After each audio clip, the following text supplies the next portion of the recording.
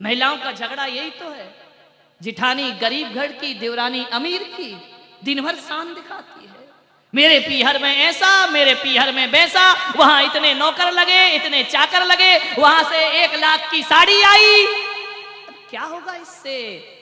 वो 1 लाख की साड़ी देवरानी जिठानी में भेद की रेखा खींच देगी। ध्यान रखना। नहीं, पीहर छोड़ दिया तो छोड़ दिया। जो बेटी ससुराल में पीहर की बड़ाई करती है, वो ससुराल का प्यार कभी नहीं पा सकती है। ध्यान रखना। होना तो ये चाहिए कि जैसा परिवार और जैसा ससुराल मिला है, वही हमारे जीवन की उपलब्धि हुआ करती है। अब उस परिवार को, उस ससुराल को कैसे स्वर्ग में बदलना है, इसका नाम साधना हुआ करता है। ध्यान रखिए। मान्यवर, क्या करोगे वहां की बड़ाई कर करके? इतनी पैसे वालों की लड़की हो, 2 साल भी रह जाओगी ना तो सब पता पड़ जाएगा। कोई भी, सभी बहुएं भाभियां ताने मारने लगेंगी तुम्हें। ध्यान रखिए, जो तकदीर में है वही होता है। उत्तम मार्दव विनय प्रकाश से, उत्तम मार्दव धर्म, बड़े विनम्र रहिए। आज तुम्हारे पास सब कुछ है, पुण्य का उदय है, कल कुछ ना रहेगा। पाप ने जिस दिन पुण्य ने करवट बदली, उस दिन लाखपति को खाकपति होने में ज्यादा देर नहीं लगती। महलों को बेचकर सड़कों में आने में ज्यादा देर नहीं लगा करती है। किस पर अकड़ता है यार? थोड़ा सा रुपया क्या दे दिया, नाम लिख दो हमारा। एक जगह पंखा दान किया, कितने का आएगा पंखा? 400-500 रुपए का। इनके पिता के पिता, उनके पौत्र, उनके प्रपौत्र, उनकी स्मृति में यह मंदिर को पंखा दिया गया। धत तेरे की 3 पंखुड़ी का पंखा और 10 पीढ़ी के नाम। धत तुम्हारा दान 300 रुपट्टी में मंदिर खरीद लिया तुमने अपना। ध्यान रखिए, नाम लिखवाते हो, नाम होना चाहिए। मेरा नाम नहीं आया, पैसा कैंसिल, बोली कैंसिल। एक बार मैंने देखा, मैं एक तीर्थ की यात्रा कर रहा था, सीढ़ियों पे नाम लिखे, 100-100 रुपये दिए। फलाने चंद ने इस सीढ़ी का नाम, इस सीढ़ी पर इसका, सबका सीढ़ियों पे नाम है, बाहरी सीढ़ी पे नाम। और अक्सर देखना, जो भी दान देता है ना, उनका काले पत्थरों पे नाम लिखा जाता है। या काले पे लिखा जाएगा, या सफेद मार्बल पर लिखोगे तो काले रंग से लिखा जाएगा। सीढ़ियों पर लिखोगे, तलवे चाटते रहो सबकी जिंदगी भर। दत्त तेरे की 100 रुपए में जूते चाट रहे हैं पड़े पड़े अपनी जिंदगी के। ये कोई दान है क्या जीवन का? ये तो अहम है। अरे दान तो वो होता है कि इस हाथ से दिया जाए और इस हाथ को पता ना चले। ध्यान रखना, वही तो होता है दान जीवन। मान्यवर, ज्यादा नाम वाम के चक्कर में मत पड़िए। नाम लिखाना है, नाम लेना है, तो तुम्हारे नाम में इतनी पवित्रता नहीं है। तुम्हारा नाम तो ऐसा ही है कि सीढ़ियों पर ही लटकाया जाए। यदि तुम्हें अपना नाम करना है, जिनेंद्र का नाम लीजिए, तुम्हारा नाम अपने आप दुनिया में होना प्रारंभ हो जाएगा। मान्यवर, समय हो गया।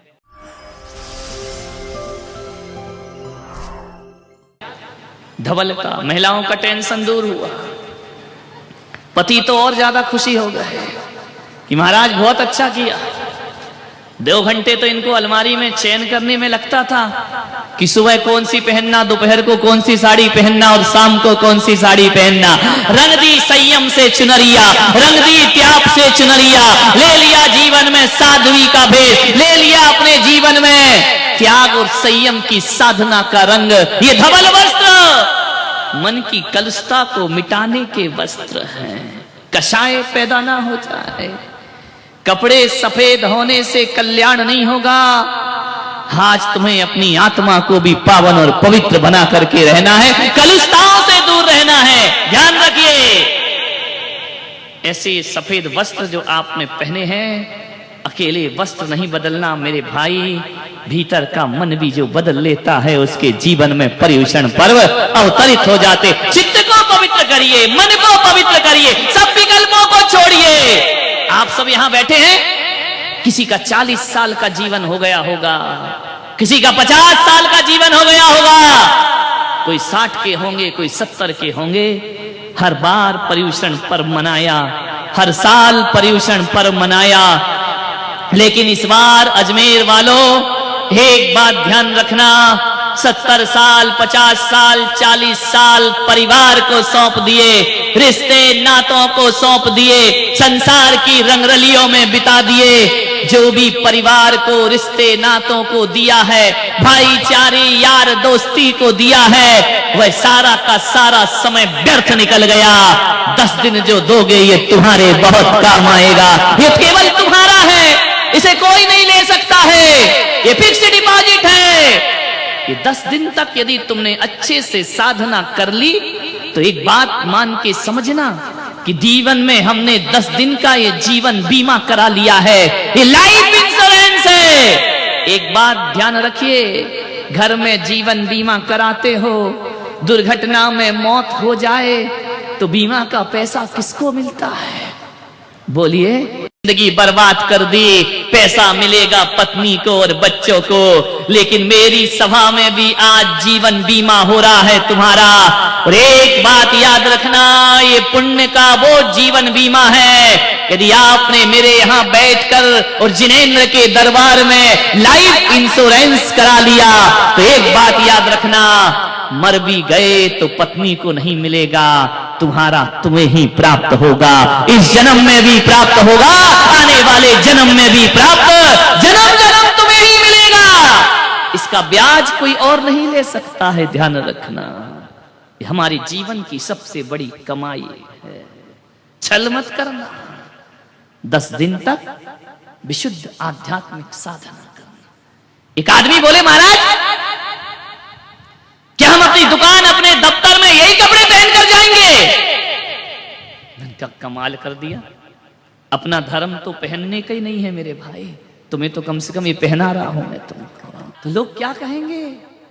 पागल हो गया, ये जैनी लोग पागल हो गए, ये सफेद सफेद धोती दुपट्टों में कहां घूम रहे? ऐसा कोई नहीं कहेगा। जब ईद आती है, रमजान आता है, हर मुसलमान के सिर पर एक टोपी हुआ करती है, ध्यान रखिए। जब आता है सावन का महीना, हर हिंदू परंपरा भगवा पहनकर कांवड़ पर जल की यात्रा लेने जाता है। उसे देखकर लगता है कि इनका त्योहार आया है। आज तुम भी गुजरो सड़कों से, लोग कहेंगे जैनियों का त्योहार आया है, जैनियों का पर्व। इन पर मत देखो, ये तो बेचारे ताली बजाने को आए हैं, ध्यान। इन्हें देख के कौन कहेगा जैन साहब जा रहे हैं? यदि चले गए तो क्या दिक्कत है?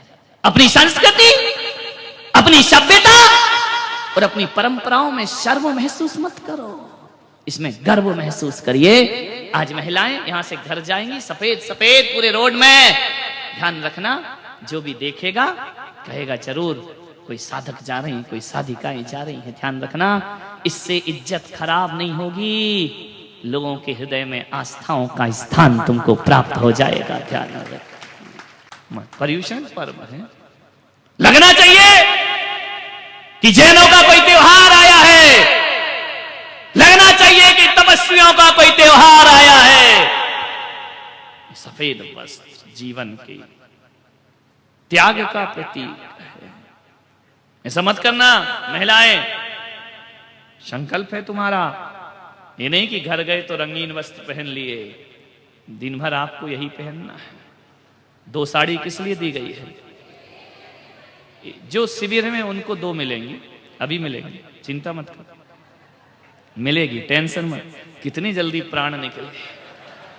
एक महाराज पति की 1000 तो छुड़वा दी, तुम भी 2 नहीं दे रहे हो।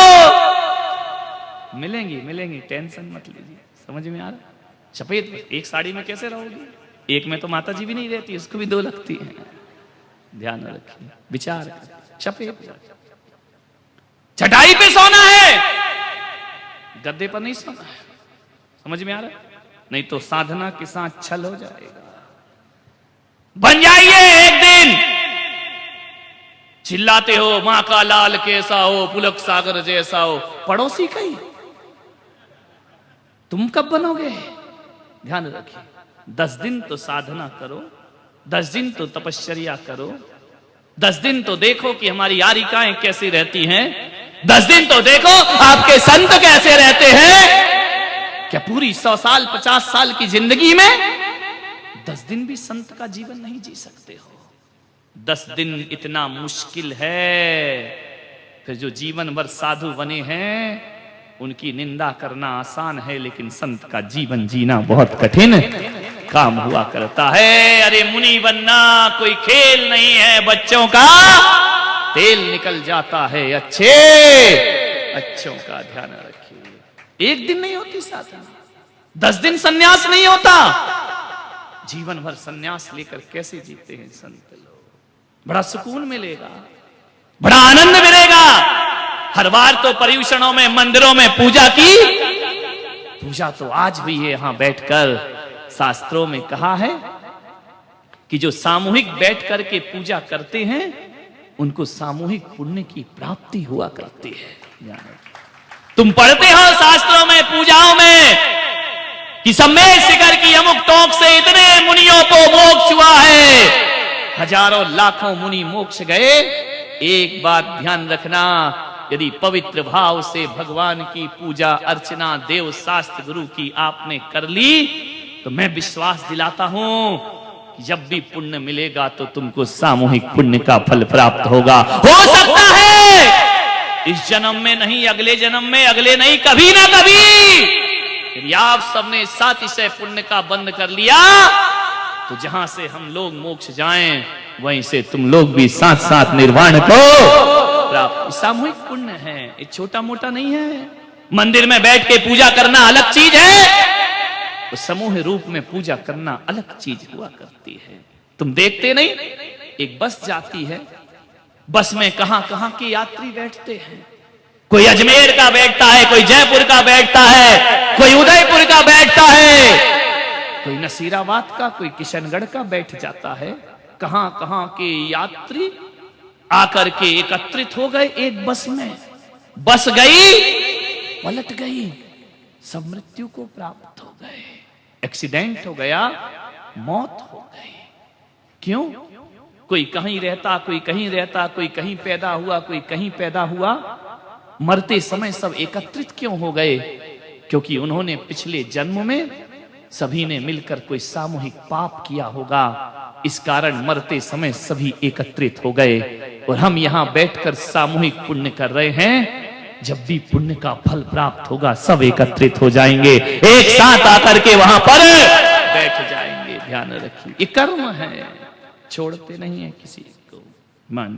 ईमानदारी से, जितनी ईमानदारी होगी उतने नंबर आपको मिलेंगे।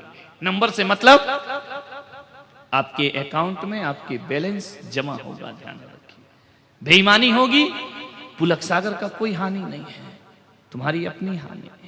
ध्यान,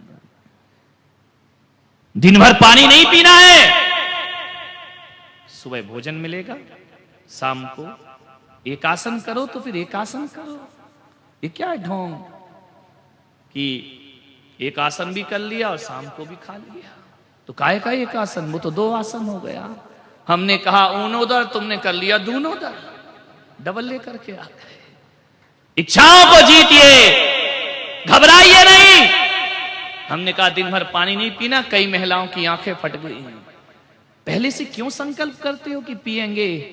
प्राण संकट में आ जाएं, कष्ट हो जाए, जब कुछ रास्ता ना दिखे तब वो मार्ग पकड़िए।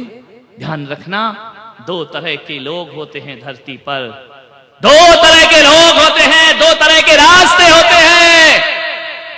एक अच्छा रास्ता होता है और एक बुरा रास्ता होता है।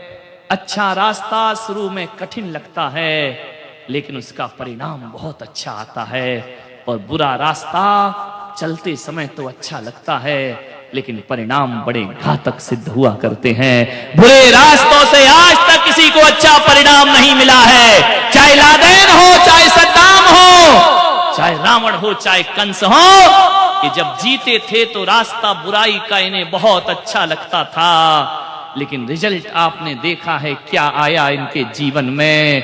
गलत का रिजल्ट कभी अच्छा नहीं आ सकता है, अच्छे का रिजल्ट कभी गलत नहीं आ सकता। ध्यान रखना, पश्चाताप होना चाहिए, गिलानी होना चाहिए, मिटना हो जाना चाहिए हमें अपने जीवन से। दो रास्ते, एक सरलता का रास्ता और एक कठिनाइयों का रास्ता।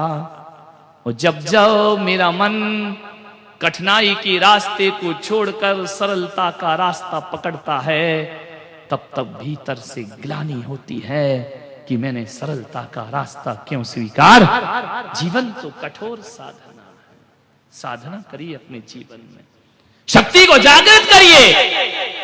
आप कहेंगे हमारी शक्ति नहीं है, जगाओ शक्ति को, जगाओगे तब जागृत होगी। पहले से हार मानकर बैठ जाओगे, कुछ भी जीवन में हासिल नहीं हो पाएगा। प्यास लगी है, रोको, निर्जरा होगी, कर्म का क्षय होगा। और जब प्यास लगे तो एक काम करना, सारे शिविरार्थी किसी और को नहीं, पुलक सागर को याद कर लेना। तुम तो एक टाइम भोजन करके केवल बैठे हो, मैं तो एक टाइम भोजन करके अब 3-3, 4-4 टाइम बोलूंगा, कंठ भी सूखता होगा। मैं तुम्हारे जैसे में आते हुए तो बोलता नहीं है, शेर जैसा दहाड़ता हूं, ध्यान रखिए। लेकिन ध्यान रखना, प्यास लगे अपने संतों को याद करो, भूख लगे संतों को याद करो। बाहर निकलने में शर्म लगे सफेद कपड़ों में, तो मुझे याद करना। तुम्हारे पास तो धोती है, मेरे पास तो लंगोटी भी नहीं है मेरे भाई, ध्यान रखना। कैसे जीवन की साधना, किस जिनेंद्र को पूजते हैं? अपरिग्रह में जीने वाले भगवान। ध्यान, साधना करो, तुम्हारा भला होगा, तुम्हारा पुण्य जगेगा। आत्मशक्ति को पहचानो, अनंत शक्तियां तुम्हारी आत्मा के भीतर मौजूद है। जो तपस्या करेगा उसकी शक्ति जागृत हो जाएगी। अधिक से अधिक मौन रहने का प्रयास करो।